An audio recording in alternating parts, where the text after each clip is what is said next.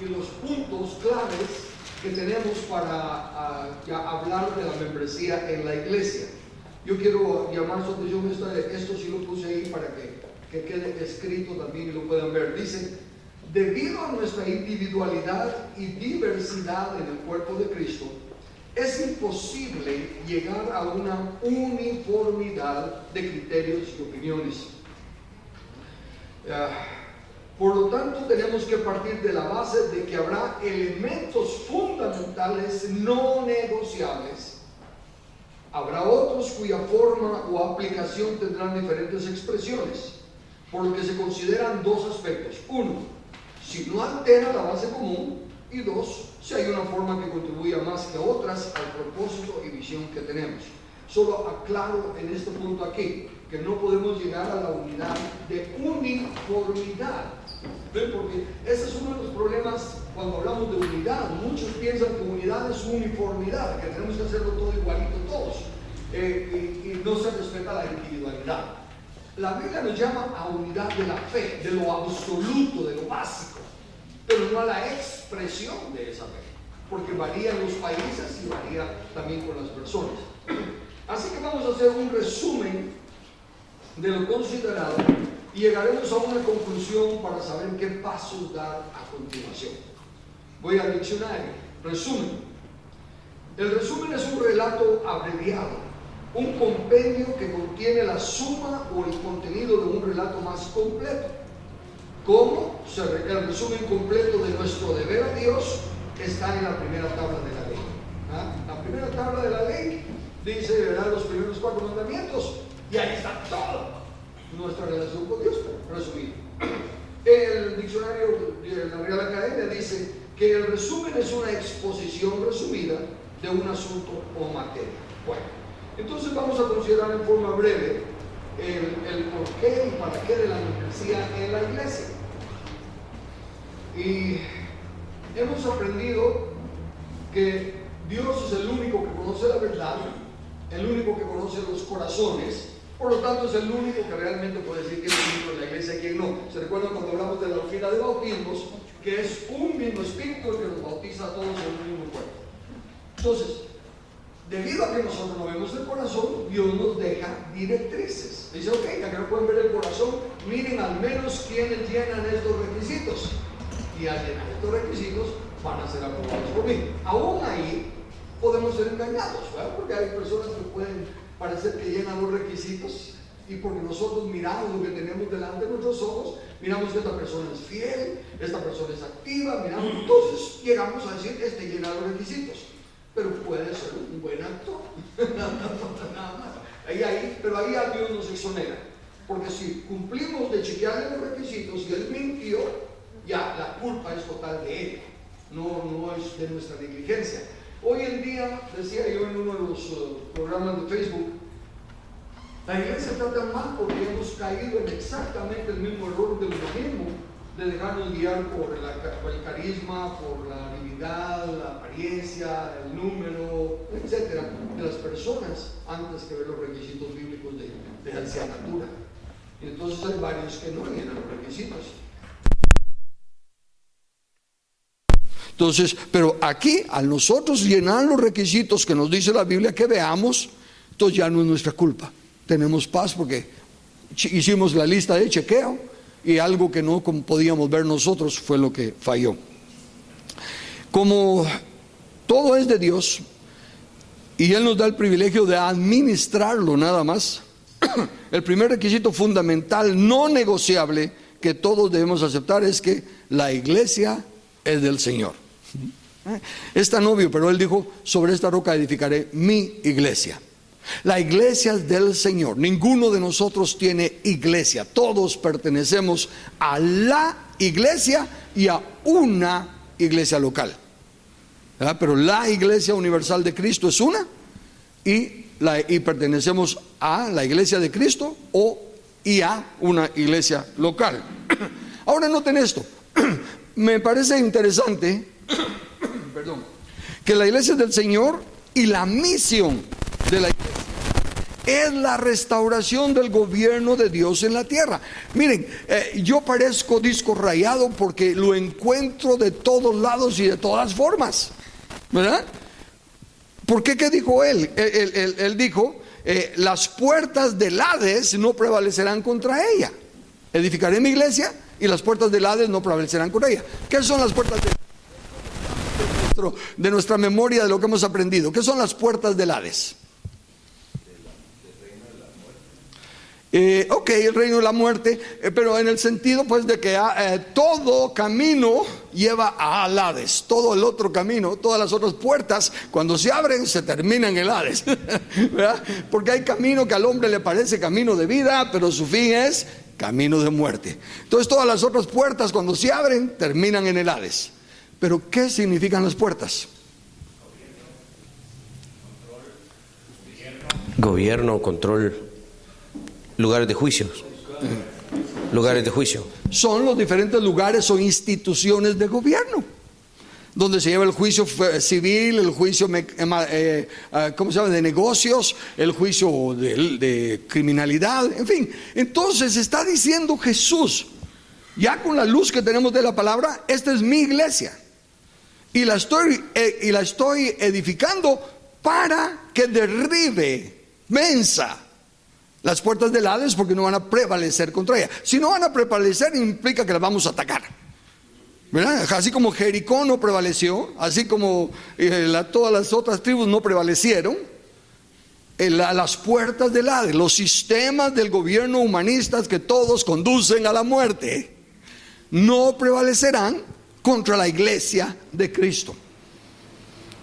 Ahí es donde yo les digo, mientras más estudio, más veo cómo la mentira de separación de iglesia y Estado, la iglesia no se mete en política, cuando aquí claramente lo está diciendo. Entonces la misión de la iglesia es la restauración del gobierno de Dios en la tierra. Deuteronomio 4:8 ya es bien conocido porque yo lo repito mucho. ¿Qué nación grande hay que tenga estatutos y juicios justos, como es toda esta ley que yo pongo hoy delante de vosotros? Si Dios nos está diciendo una nación grande a los ojos de Dios, no de los hombres, porque Israel, ¿qué tan grande es a los ojos del hombre? Es pequeña. Pero ¿qué nación grande hay? ¿Por qué? Porque tiene estatutos y juicios tan justos como esta ley.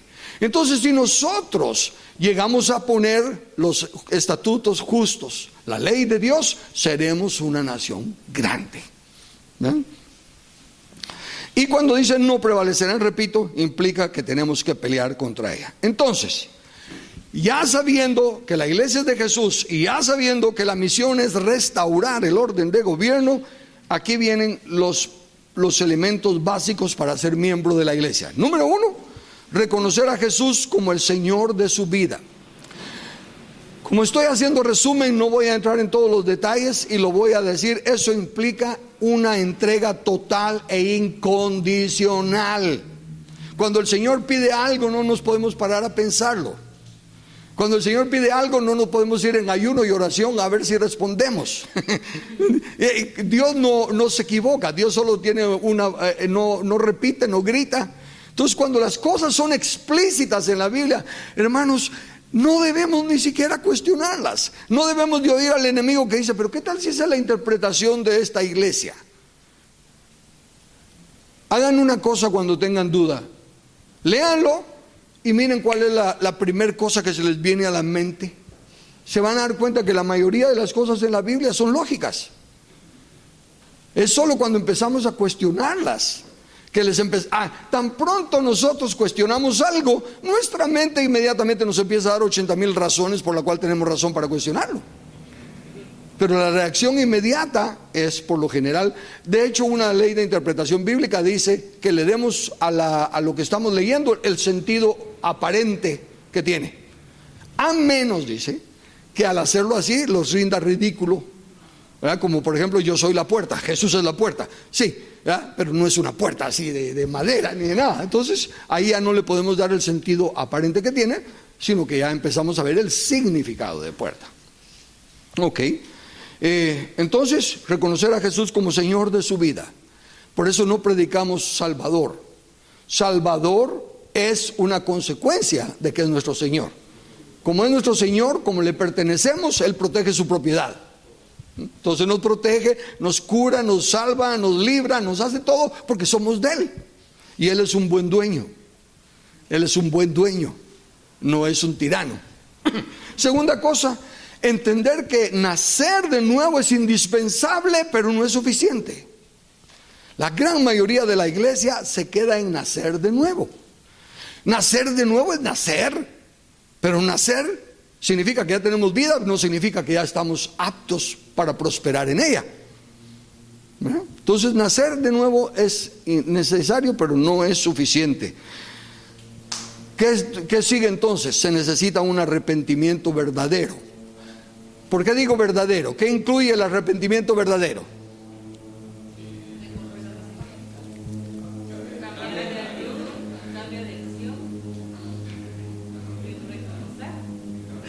Comenzaste con el 2.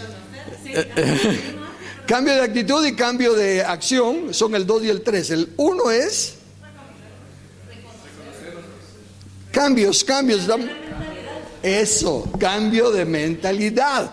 Es que si yo ahorita voy aquí y me dice, Carlos, estás equivocado, y me caen a garrotazos, y la gran, bueno, está bueno, pues con tal de trabajar en equipo, ¿eh? Estoy cambiando de camino, pero no de actitud, ¿eh? Si estos fueran tan inteligentes como yo, se darían cuenta que están equivocados. Pero bueno, o cambio mi actitud. Bueno, tal vez yo soy el equivocado, no lo estoy viendo, ¿verdad? Así que me voy a ir por acá. Pero a mí me parecía que era de la otra manera. Mi formación no ha cambiado. Entonces lo primero tiene que ser, estoy mal. Cierto que estoy mal porque estoy actuando independientemente. No tomé en cuenta que Dios les ha dado dones a los otros y esto y lo otro. Sí, perdóname, Señor, tengo que reconocer que eso es parte del cuerpo. Con la nueva información cambia mi actitud y entonces cambia mi actuar.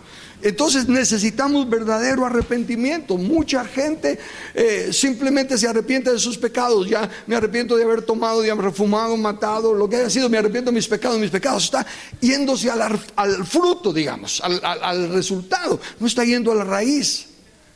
¿Por qué me emborrachaba? ¿Por qué fumaba? ¿Por qué mentía? ¿Por qué? Por la raíz. Una naturaleza egocéntrica donde yo soy señor de mi vida. Y luego vienen a la iglesia, pero quieren seguir siendo de sus vidas, señores de sus vidas, y deciden que si les gusta de la iglesia y que no les gusta de la iglesia. Siguen siendo señores de su vida. Entonces no hay un arrepentimiento bíblico, un arrepentimiento verdadero.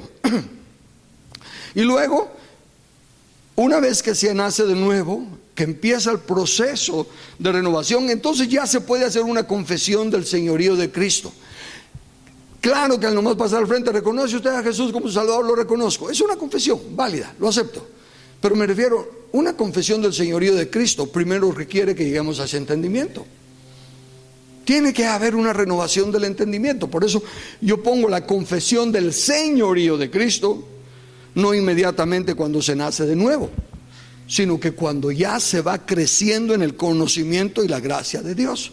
Y uno llega a darse cuenta lo vil y lo miserable que era, aunque nunca hubiera matado, nunca hubiera fumado, nunca hubiera hecho nada de los actos pecaminosos. Mientras se ha sido egocéntrico, se ha rechazado a Dios.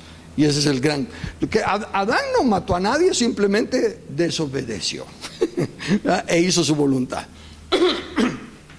Entonces, la confesión de Cristo. Si estos 4 elementos son verdaderos, entonces la persona irá creciendo en conocimiento y gracia del Señor. Irá conociendo la verdad y estará siendo libre, porque conforme se conoce la verdad, se es libre. Ese es otro punto importante. Oh, sí, don Erwin, dale. Perdón, ¿cómo sé que ya nací de nuevo, Carlos? ¿Cómo sé que ya nací de nuevo? Ok, eso sí es fácil.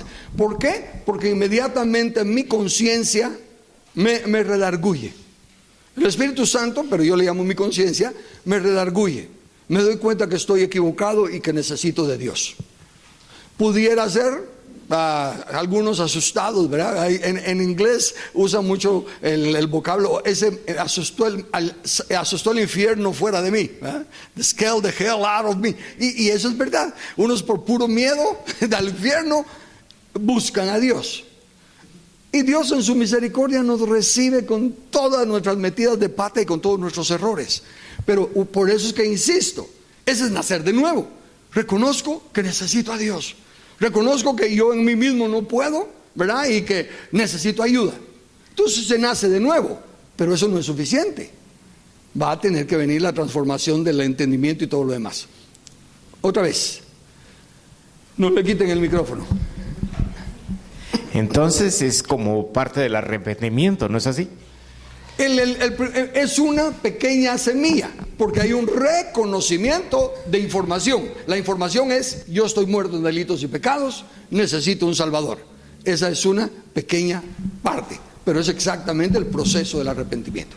Sí. Normalmente nosotros con Jessica, que nos casamos siendo cristianos de todo el asunto, y van creciendo los hijos y colegios cristianos que uno busca, los llevan a un campamento y está aquel momento de la fogata y que quienes quieren recibir al Señor.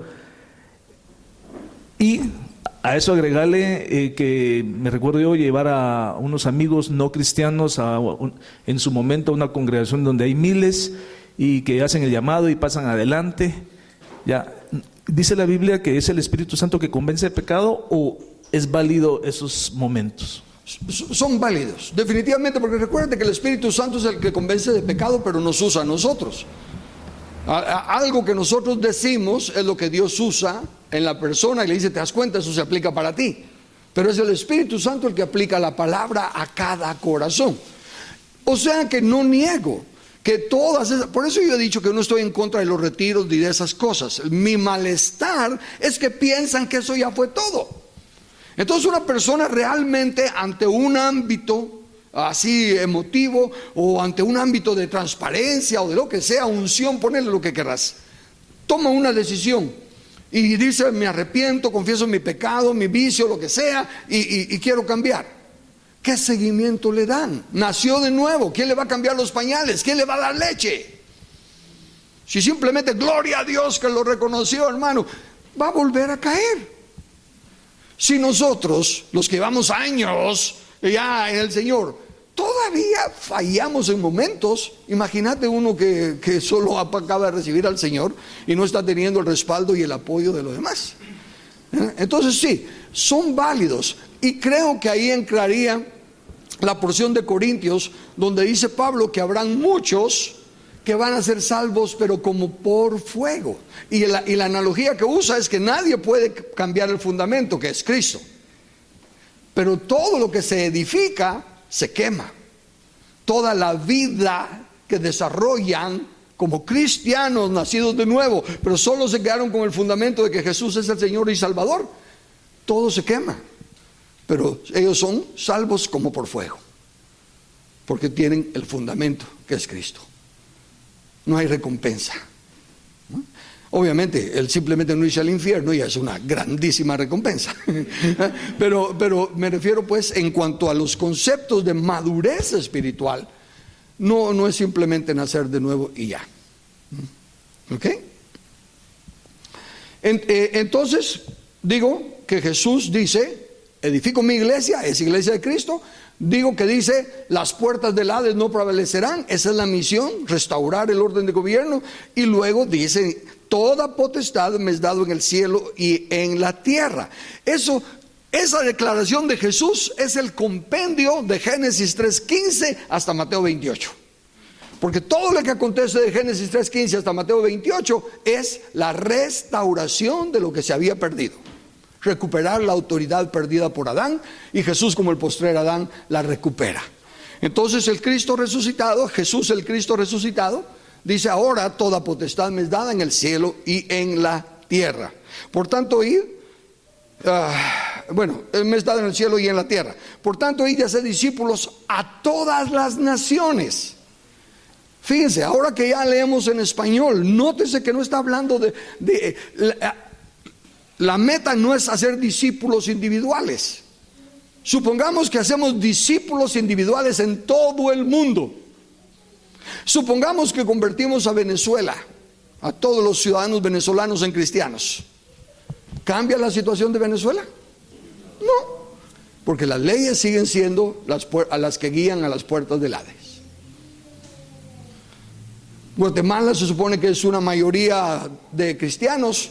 ¿Por qué ha crecido tanto la maldad? ¿Por qué? Las leyes de Guatemala conducen al Hades también, ¿no? Entonces lo que Dios dice, hay que discipular la nación. ¿Cómo es bautizar a una nación? ¿Agarramos a Guatemala y la echamos al mar? Obviamente sabemos que en la Biblia Dios se refiere a la nación y habla también de su representante, en aquel entonces uno solo porque era un rey, como que estuviera hablándole a la nación. Y el juicio que traía sobre el rey era el juicio que traía sobre la nación. La bendición que traía sobre el rey era la bendición que traía sobre la nación. Por lo tanto, al bautizar naciones, ¿qué es bautismo para comenzar? ¿Qué es bautismo? Identificación. Identificación.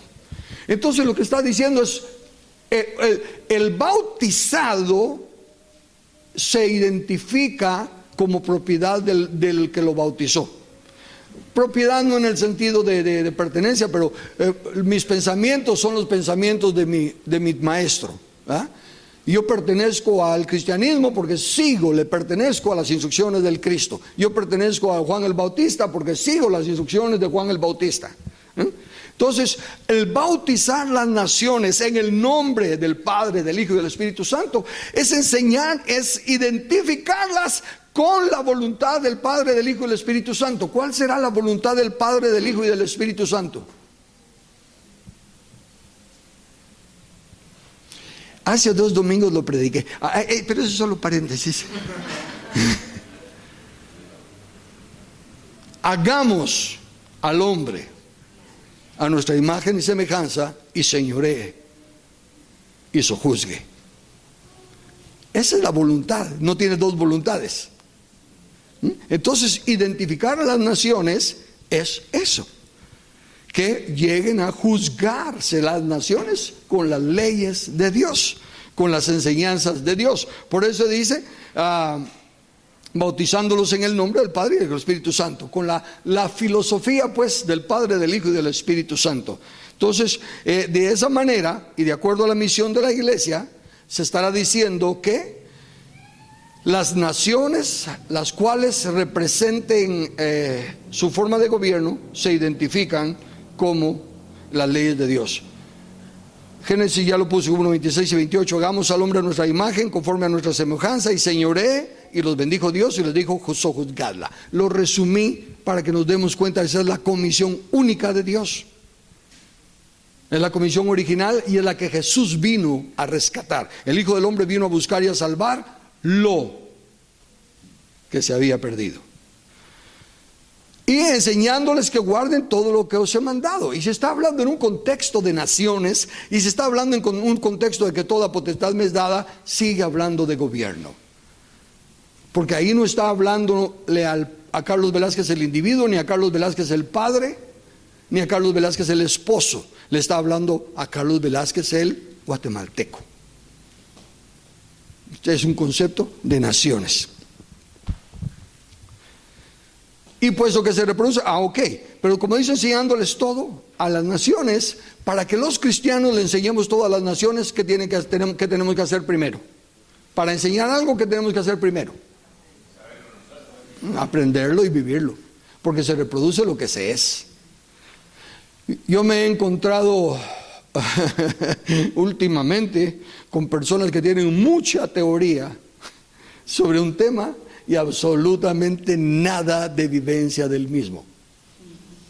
Entonces, de nada serviría que yo vaya por todo el mundo enseñando las leyes de Dios, ¿verdad? Cómo debe de ser un gobierno cristiano, si yo no tengo autogobierno. Entonces, lo que es la comisión de Jesús a las naciones implica que si yo voy a enseñar sobre el bautismo, primero debo estar bautizado, porque debo de hacer primero, ser hacedor primero antes que predicador, y no solo oidor olvidadizo. Y pongo aquí, puesto que se reproduce lo que se es, no lo que se aparenta o se conoce intelectualmente, los miembros de la iglesia primero deben ser bautizados. Ahora bien, cada uno de nosotros dará cuenta de Dios, a Dios de sí mismo. Entonces nosotros sí tenemos que dar los pasos individualmente. Yo tengo que identificarme con la muerte y resurrección de Cristo. Yo tengo que identificarme con su justicia y su verdad. Entonces, individualmente tengo que bautizarme, y los que querramos ser miembros del cuerpo de Cristo tenemos que bautizarnos. ¿Quiere decir que usted cree que el que no se bautiza no se salva? No, no estoy diciendo eso. Ya acabo de decir que aún un montón de bebés van a ser salvos como por fuego. Pero estoy diciendo, los que querramos crecer y madurar, tenemos que obedecer. Que no necesito el bautismo para ser salvo, entonces no me bautizo. Volvemos otra vez, no hay un reconocimiento del señorío absoluto de Cristo cuando se cuestiona una enseñanza que le está dando. El hecho de que no diga es obligatorio, si todo dijera es obligatorio, la gente lo haría porque es obligatorio, pero tampoco habría un cambio de actitud. No habría un reconocimiento. No, yo quiero identificarme. Yo quiero salir de las aguas diciendo el Señor es mi Señor. Para mí el vivir es Cristo. Tiene que haber una convicción. Entonces el bautismo, por eso es que el bautismo es para personas pensantes, no para niños, no para personas que no pueden responder por sí mismas. Tienen que ser personas que den testimonio de que saben lo que están haciendo. Cada uno debe identificarse con el sacrificio y resurrección del Cristo, que es la fuente de la redención, y luego con el pacto que Él hizo con el Padre y con el Espíritu Santo. Miren, eso lo vi hasta hoy en la mañana, ¿verdad? Pero me refiero pues, ¿por qué tenemos solo dos ordenanzas? El bautismo y la mesa del Señor. El bautismo es la identificación con la muerte y resurrección de Cristo. Y la mesa del Señor, este pan representa mi cuerpo, esta copa representa el nuevo pacto. Entonces el bautismo nos identifica con Cristo, y la mesa del Señor nos identifica con la comisión del Padre, del Hijo y del Espíritu Santo, del pacto. Por eso es que están esas dos ordenanzas. Nos están hablando del camino para entrar, Jesús es la puerta, y nos están hablando del pacto al que entramos. Entramos en pacto con el Padre, con el Hijo y con el Espíritu Santo, porque estamos en el Hijo, no porque sea un pacto de Dios conmigo. Dios conmigo no tiene nada, por la sencilla razón de que yo no le puedo ofrecer nada. Pero yo en Cristo soy copartícipe con Cristo del pacto. Entonces estas dos ordenanzas nos recuerdan estas cosas. Luego llegamos a temas donde ya las formas pueden variar, o las interpretaciones realmente no creo que puedan variar, pero como sí las hay, voy a tener que hacerlo así. El diezmo. ¿Qué es el diezmo? Es del Antiguo Testamento. ¿Saben una cosa? Todo lo que es del Antiguo Testamento es del Nuevo Testamento, a menos que en el Nuevo Testamento se diga que ya se cumplió. Si no dice que ya se cumplió, sigue vigente. ¿Me doy a entender? ¿Por qué ya no sacrificamos corderos? Porque Jesús dijo yo soy el cordero, y ahí se acabó. Entonces, ¿por qué ya no hacemos un edificio? Porque Dios no habita en templos hechos de manos. Él no necesita que lo adoren en ningún lugar. Entonces, lo que no diga literalmente en el Nuevo Testamento que ya se cumplió, del Antiguo sigue vigente. ¿En qué parte del Nuevo Testamento dicen ya no hay que dar diezmo? ¿O ya se cumplió el diezmo? ¿O el diezmo era solo para los levitas? ¿Se recuerdan el texto bien claro de Hebreos, donde está hablando de Melquisedec y haciendo la comparación del sacerdocio de Melquisedec con los levitas? Y claramente dice el autor de los Hebreos, que yo no sé cuántos años después de la resurrección y muerte y resurrección de Cristo se escribió Hebreos, la verdad que no me he tomado ese cuidado, pero ya había pasado unos cuantos años. Y él dice, aquí reciben el diezmo hombres, pero allí uno del que se dice que no tiene genealogía. Pero el punto es que en el tiempo de Hebreos todavía se estaban recibiendo diezmos. Gracias. Son dos preguntas. Una del sábado, de lo que está en el Antiguo, y que porque algunos creo que son los adventistas que lo guardan y tienen sus argumentos sólidos, ¿verdad? Sí. Para decirlo. Y el otro es que yo en mi búsqueda antes de conocerlos a ustedes estaba viendo unas enseñanzas del diezmo. Entonces ahí tomaban lo de Pablo, que él dice que cada quien dé como según vaya prosperando, y que él trabajaba junto con los que a donde iba a visitar o a donde iba a enseñar, él trabajaba junto con ellos para no ser cargoso. Entonces utilizaban esto que era ya es del Antiguo Testamento, y que, bueno, el que enseñaba ahí decía que él se apegaba mucho a los sabios de Berea, a la verdad ese pasaje, y que él ya no era evangélico y que ya no pedía el diezmo en su iglesia. Es una iglesia en España, usando de argumento estas dos cuestiones. Entonces yo, bueno, como dije, bueno, acá dice literalmente Pablo que cada quien dé como vaya prosperando. Entonces lo empecé a hacer así, pero en desorden, porque entonces uno a veces dice, hoy doy y mañana no, ¿verdad? Entonces creo que Dios es Dios de orden. Entonces esas eran mis dos observaciones, y lo del sábado, ¿verdad? Ok, gracias, hermano. El sábado, definitivamente el sábado es el séptimo día. Hoy es el primer día. El asunto está que se saca lo de guardar el séptimo día solo para el pueblo de Israel. Es al pueblo de Israel al que le dice que guarde el séptimo día.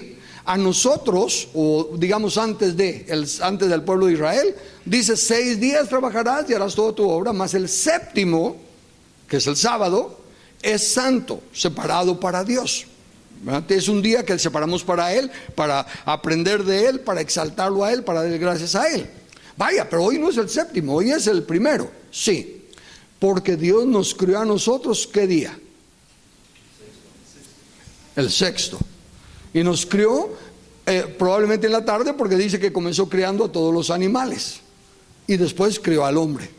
Consecuentemente, el primer día que el hombre pasó en la tierra fue el séptimo. Es el séptimo de la creación, pero es el primero de nosotros. Y Dios a lo largo de la Biblia pide las primicias de todo. Entonces le damos lo primero. Y la gran bendición es que Dios nos invita a entrar en su reposo. Y de su reposo salimos ya con fortaleza a cumplir con nuestra labor. No es de que vengo cansado y voy a entrar al reposo de Dios a descansar. No, Dios reposó y no estaba cansado. ¿Verdad? Pero entonces, y nos invita a nosotros a entrar en su reposo. Esa es la razón por la cual celebramos el primer día. No porque Constantino lo cambió como los adventistas y otros quieren decir. No, la Biblia dice que 6 días trabajarás y harás toda tu obra, más el séptimo. Obviamente, después de 6 sigue 7. Pero no está diciendo el séptimo de la creación, sino que el séptimo. 6 de trabajarás y el séptimo. Pero el primer día que nosotros pasamos en la tierra fue domingo, el primer día. ¿Ok? Y lo del diezmo, consideremos estas cosas. ¿Qué cosas habla la Biblia acerca del dinero? Para comenzar, noten lo que dice. El amor al dinero es la raíz de todos los males. El amor al dinero es la raíz de todos los males, porque implica que se ama más que a Dios. Y hay que amar a Dios con todo el corazón, con toda la mente, con todo el alma. Entonces amar el dinero no es amar a Dios. Segundo, la actitud hacia el dinero indica si Jesús es el Señor o un Señor, porque dice claramente no se puede servir a dos señores. No se puede servir a Dios y a las riquezas. Y a las riquezas es a la única que veo yo que le ponen el nombre de otro Dios, Mamón. Mamón es de mamonas, significa, de origen caldeo, significa confianza. Es decir, figurativamente, riqueza personificada. Avaricia deificada. Entonces, cuando uno sirve al dinero, ¿qué sería servir al dinero? Es que si no hago esto no me pagan, o hoy no puedo ir porque tengo esta cosa, y empieza a poner en la ganancia del dinero en primer lugar, o acatar algo como los empleados que se someten a hacer cosas injustas que los amos les piden, porque si no pierden su trabajo. Entonces están poniendo su esperanza y su confianza en el trabajo, y aún contradicen algo que no es verdad, algo que no es justo. Entonces Jesús es uno de los dos señores. Y en ese momento se está amando más, obedeciendo más a otro Señor que a Jesús. ¿Ven? El amor al dinero no se ama a Dios. El poner más atención en el dinero es considerar a Jesús un Señor, pero no el Señor. Y tercero, el uso del dinero indica cuánto se valora el reino de Dios. Porque donde esté vuestro tesoro, ahí estará también tu corazón. Sí, bueno, lo voy a decir porque es necesario. Hay grandes siervos de Dios, aman a Dios con todo su corazón, no pongo en tela de juicio su sinceridad, pero invierten mucho dinero en cumplir, mantener la radio, mantener la estación de tele y todo lo demás, y no están estableciendo el reino. No están poniéndose de acuerdo con la comisión de Dios de discipular a las naciones. Por el contrario, hasta enseñan y predican que no se meta el pueblo de Dios a tomar control de las naciones. Entonces eso implica que donde está su tesoro no es en el reino de Dios. Sinceros, pero sinceramente equivocados. Amando, pero amando erróneamente, como Pedro. Señor, Señor, no te acontezca. Y el Señor le dice, me eres tropiezo. Porque esos recursos pudieran estarse usando en establecer el reino de Dios. Y hay personas que a mí, yo simplemente le digo, Señor, solo porque tú eres justo y misericordioso y que tienes un corazón que no alcanzo a entender, por eso me callo la boca. Pero me da tristeza oír los testimonios de que entregan esto, dan con sacrificio, ¿verdad?, de su salario, entregan su carro, entregan un montón de cosas, no para el reino, sino que para mantener un programa de radio, para mantener un programa de tele, y se sienten recontentos. Yo creo que Dios, como digo, como no comprendo la gran misericordia de Dios, cómo hace para bendecirlos y todo por su gran misericordia. Pero recuérdense que también aprendimos otra verdad, que la bendición de Dios no es sinónimo de aprobación de Dios. Una cosa puede ser bendecido, pero no aprobado.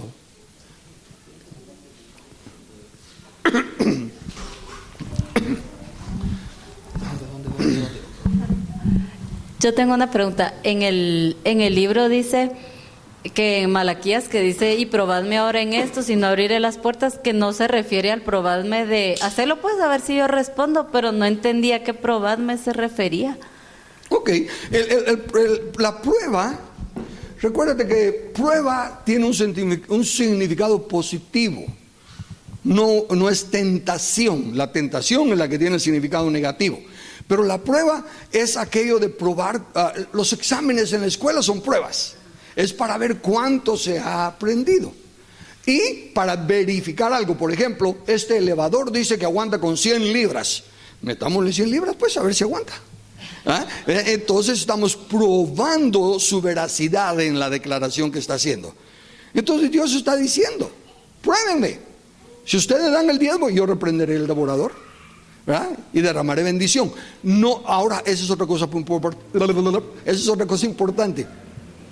La gente, cada vez que oye que Dios va a derramar bendición, asume que Dios le va a dar lo que está pidiendo, ¿verdad? Y por lo general es dinero, ¿verdad? Pero Dios está ofreciendo su bendición en no permitir al devorador devorar el 90%. Porque el 10% es de Dios.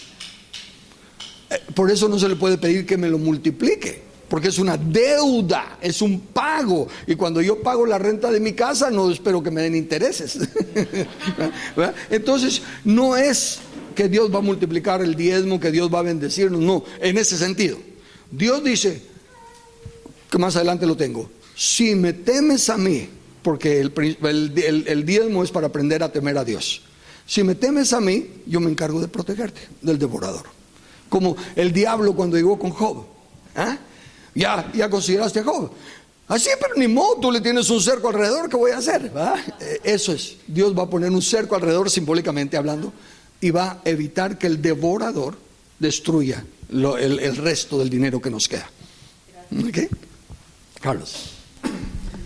Hablando sobre el diezmo, yo veo que hay como dos aspectos que ver del diezmo. El primero, como usted menciona, es un mandato, como diría aquella campaña de publicidad, no son sugerencias, ¿verdad? Son mandamientos. Exacto.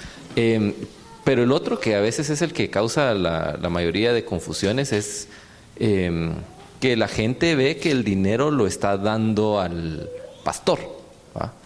O sea, se está enfocando en cómo utiliza los recursos que se le están dando para hacer lo que se le dé su gana, ¿va?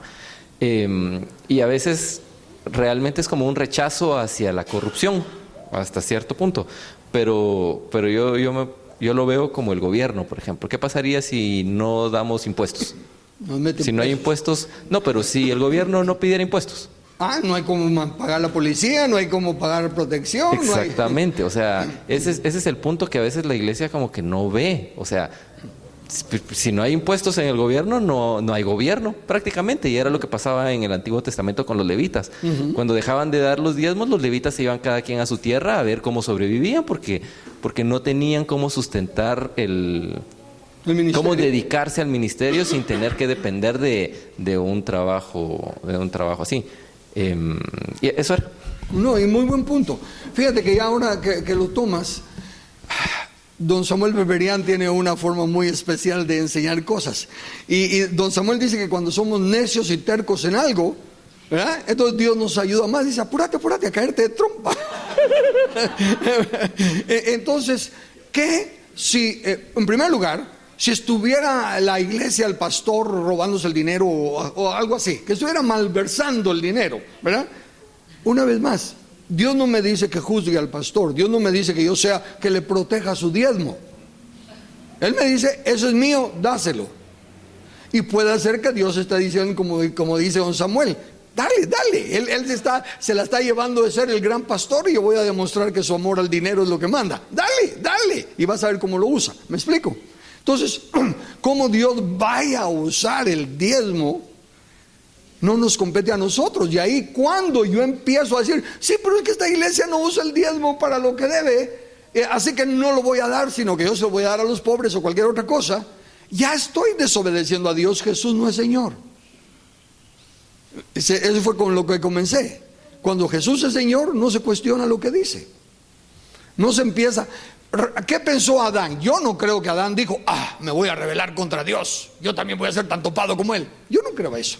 Estando en un ambiente tan sano y tan perfecto, yo más bien creo que pensó en algo positivo. ¡Wow! Si Dios hace todo esto, si nosotros pudiéramos ser como Él, ¿cuánto más abarcaríamos? Algo así. Pero es una vez más cuestionar la palabra de Dios. Entonces Dios no necesita que lo defendamos. Si Él dice, como el mandamiento, cuando Dios me ministró tremendamente, me dijo, el mandamiento es honra a tu padre, no salva a tu padre. Porque estaba de bombardear a mi papá con el evangelio, tratando de convertirlo. Y el mandamiento dice, honra a tu padre, no salva a tu padre. ¿Y qué si está mal y equivocado mi padre? Honra a tu padre. Dios no te ha puesto a ser el salvador de tu padre ni el juez de tu padre. Eso Él se encargará. Él tiene sus métodos. Pero nos está probando nuestra obediencia. Honra a tu padre. Está probando nuestra obediencia. Trae los diezmos al alfolí. Eso es lo que me compete. Si los que tienen el alfolí lo malversan, ese ya se las arreglan con el dueño. Yo ya le pagué al banco y aquí está mi recibo que dice yo ya pagué la cuota de ¿qué? Septiembre. Y ahorita se dice, no hay dinero en septiembre. Yo sí pagué el cajero. Miren al cajero. ¿Verdad? ¿Me explico? Eso es prácticamente lo que está diciendo aquí. Entonces, porque el dinero indica dónde está nuestro corazón, porque donde esté vuestro tesoro, ahí estará también vuestro corazón. Si nuestro corazón está en establecer el reino de Dios y su justicia, como Él dice, buscad primeramente el reino de Dios, orad, venga a tu reino, sea hecha tu voluntad. Hombre, Él te ha enseñado lo que es bueno y que te pide, que hagas justicia. Si nuestro corazón está en eso, ahí es donde vamos a invertir. Ahí es donde vamos a invertir. Si no está en eso, vamos a invertir en donde esté. A lo largo de la Biblia, el diezmo, el 10% representa prueba. Perdón, no el 10%, el 10. El número 10 representa prueba. Y Dios nos está probando, nada más. Es el examen. Carlos, aquí tienes 100. Quiero ver cuán obediente eres. Devuélveme 10.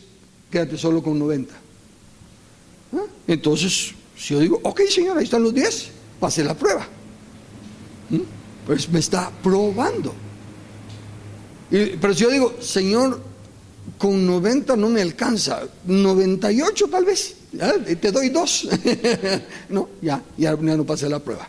Ya no estoy totalmente dependiendo de Él y tomándolo en su palabra. Entonces, eso, el 10 entonces es un número que habla de prueba. Nosotros, así como Él nos dice, probadme de que hoy reprendo al devorador, Él nos prueba a ver si nosotros le tememos a Él y le creemos a Él. Entonces los elementos explícitos de la Biblia con relación al diezmo son: el diezmo es de Dios. En ninguna parte de la Biblia dice que Dios ya no es dueño del diezmo. Entonces, cuando algo en el Antiguo Testamento no se desmiente en el Nuevo Testamento, sigue vigente. El diezmo es de Dios. No, hermano, el 100% es de Dios. Entonces dele el 100%. Y entonces ahí se manifiesta cuán dadivosos son. No, por lo general todos los que apelan a que la gracia, yo no conozco ninguno que por gracia dé más del 10%. Entonces esa es una barbaridad. Y para justificarse ellos que no dan el 10%, engañan a toda la gente que les está oyendo la enseñanza. ¿Es malo, es robar a Dios no dar el diezmo? Sigue siendo robar a Dios no dar el diezmo. ¿Por qué? Porque el diezmo es de Dios. Hermano, no hable de maldición. Yo no estoy hablándolo. Es como que yo no le diga al que se está hundiendo, usted se está ahogando y se va a morir, y le tiro el salvavidas. Si lo agarra, se salva. Si no, se ahoga.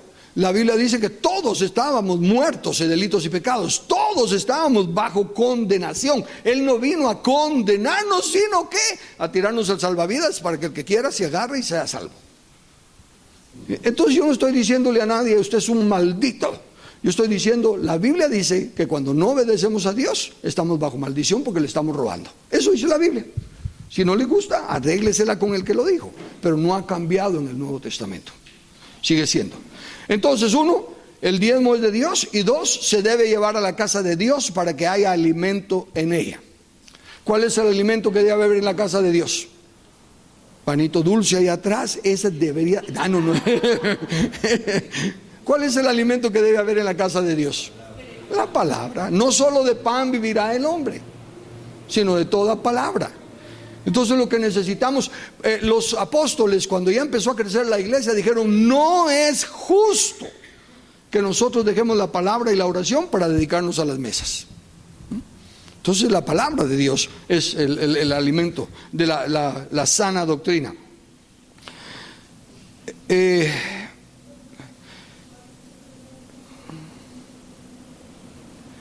Ahora vienen algunos temas aquí que surgieron también en nuestro estudio y yo quiero llamar su atención. Entonces, esos son los dos elementos fundamentales. Es de Dios y hay que traerlo a la casa para que haya alimento en ella.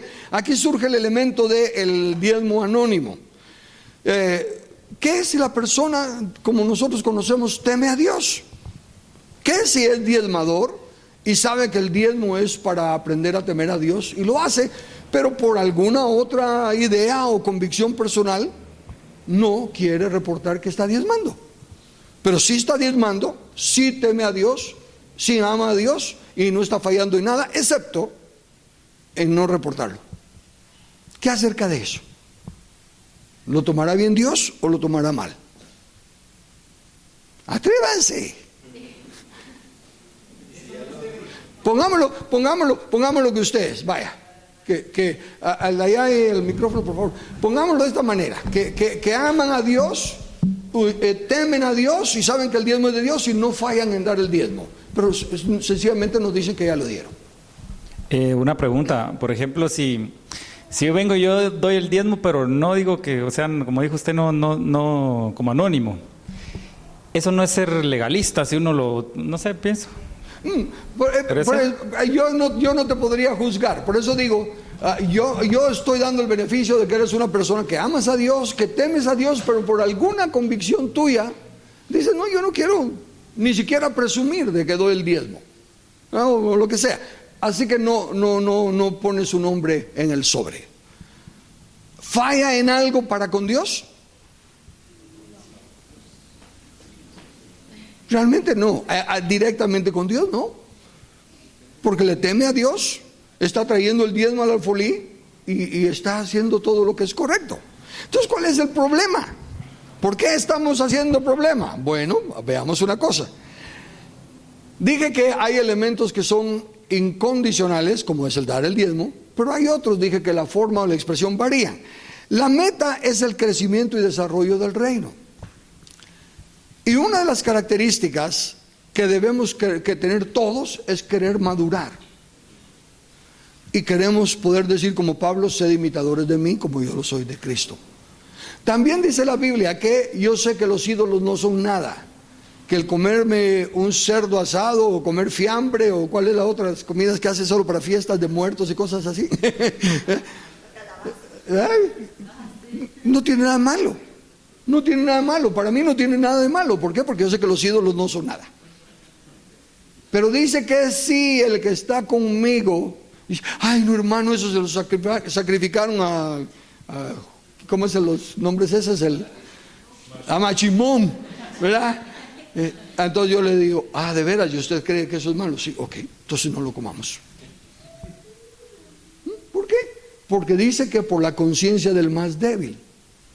Bueno, entonces si aquí estamos hablando, hay que diezmar.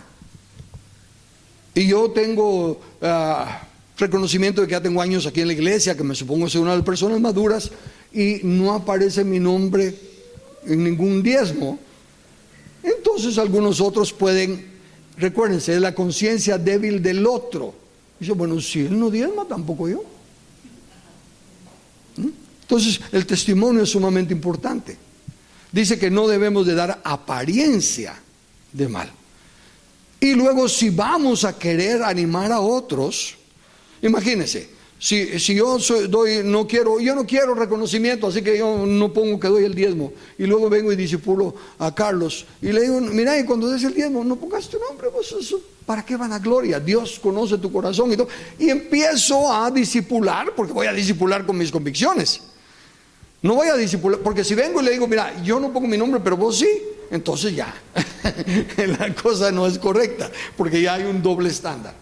Entonces, el punto es, si es para edificación, y es el acuerdo que hay en la iglesia, yo lo voy a dar. Si decide la iglesia que cierta regla de la iglesia local y piensan que eso va a ser para edificación de la iglesia local, aunque no sea mi convicción personal, yo seguiré con mi convicción personal para con Dios, pero voy a respetar las normas de la iglesia. ¿Por qué? Porque necesitamos trabajar en equipo y estar de acuerdo. Entonces, si es Cristo, y luego llegamos al punto de que es Cristo el que edifica la iglesia, y esta es otra cosa importante, la unidad de la fe. Sí, es que no había visto. Bueno. ¿Y qué hay bueno, yo no lo he hecho así, pero yo he escuchado de personas que diezman y que lo reparten en diferentes lugares? ¿Qué piensas de eso? Porque sí, yo lo he escuchado. No, y yo sé que los hay, y conozco personas que lo hacen, pero una vez más, no están reconociendo a Jesús como Señor.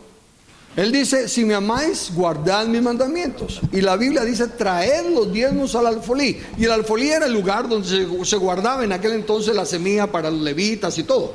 En nuestros días el alfolí, donde se come la palabra de Dios, es aquí.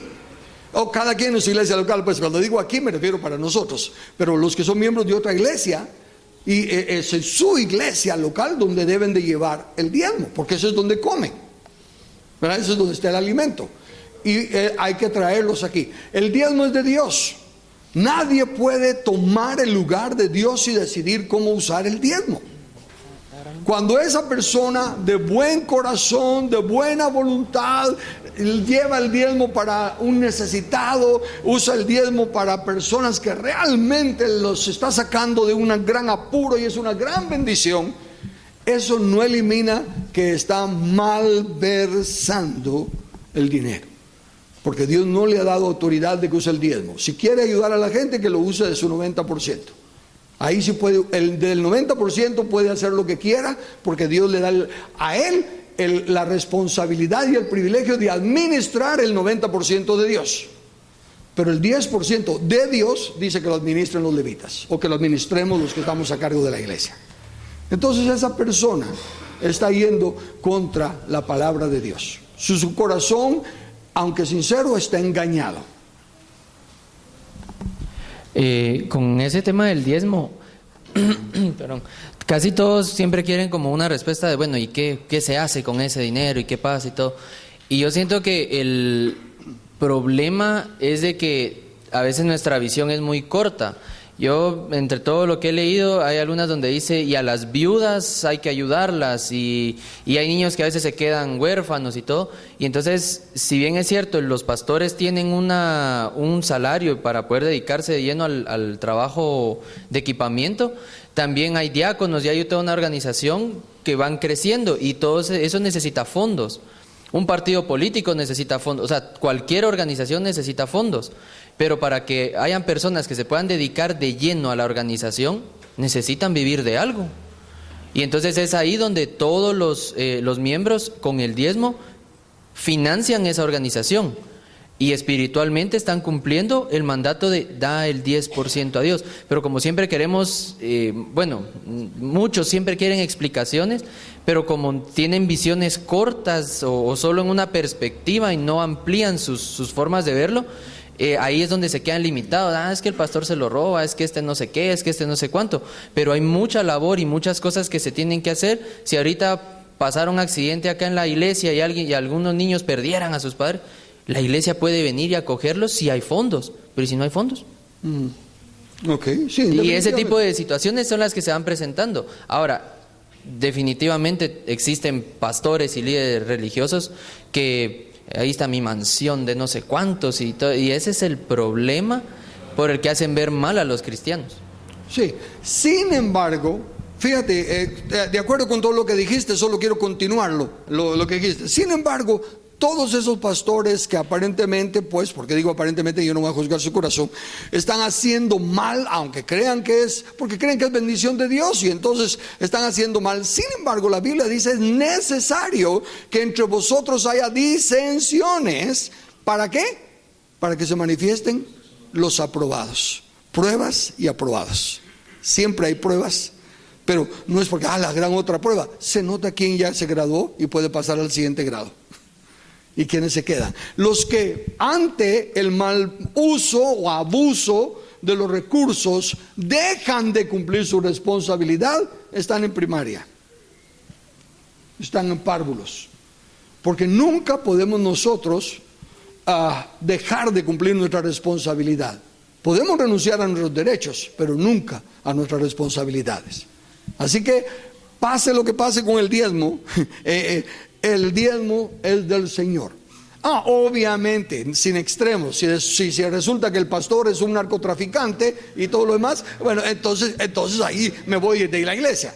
No empiezo a decir ya no diezmo, pero me sigo quedando porque me gusta cómo está. No, si estoy en contra porque ya es probado que es un pecadote y una injusticia, me voy de la iglesia. Pero esos que censuran y siempre están en la misma iglesia. Lo que quieren es excusa para justificarse a sí mismos. En conclusión, entonces, decía que tenemos que cambiar la cultura del reino. Tenemos que nosotros empezar a darnos cuenta de que ya no podemos tratar a las personas como ladinos, mayas, europeos, chinos, hindús. Si están en Cristo, ya no son nada de eso. Y son charadas de que yo guardo mi cultura. No, yo ya no guardo mi cultura. Ahora tengo que aprender la cultura del reino y comportarme como la Biblia dice que se comporta un ciudadano del reino. Fiestas de guardar, ya no tengo fiestas de guardar, porque en el reino ya no hay fiestas. Las fiestas tenían un propósito simbólico y ya se cumplieron en Cristo. Entonces, si realmente queremos que venga su reino y sea hecha su voluntad, ¿cómo va a ser un reino mundial si cada parte tiene sus propias culturas? Todos tenemos que tener la cultura del reino, la doctrina fundamental de la palabra de Dios. Conclusión. Conclusión significa el cierre de una discusión, debate o razonamiento, inferencia que finaliza la discusión, resultado final. Es la idea de que se llega después de considerar una serie de datos o circunstancias y es el fin y terminación de algo. Nosotros, como consejo, llegamos al entendimiento de lo que presentamos como requisitos de membresía. Y esa es la conclusión. Ahora cada uno la evalúa y decide si quiere ser miembro. ¿Ok? Hasta ahí llegamos, porque ya no me estaban haciendo así, me estaban haciendo así.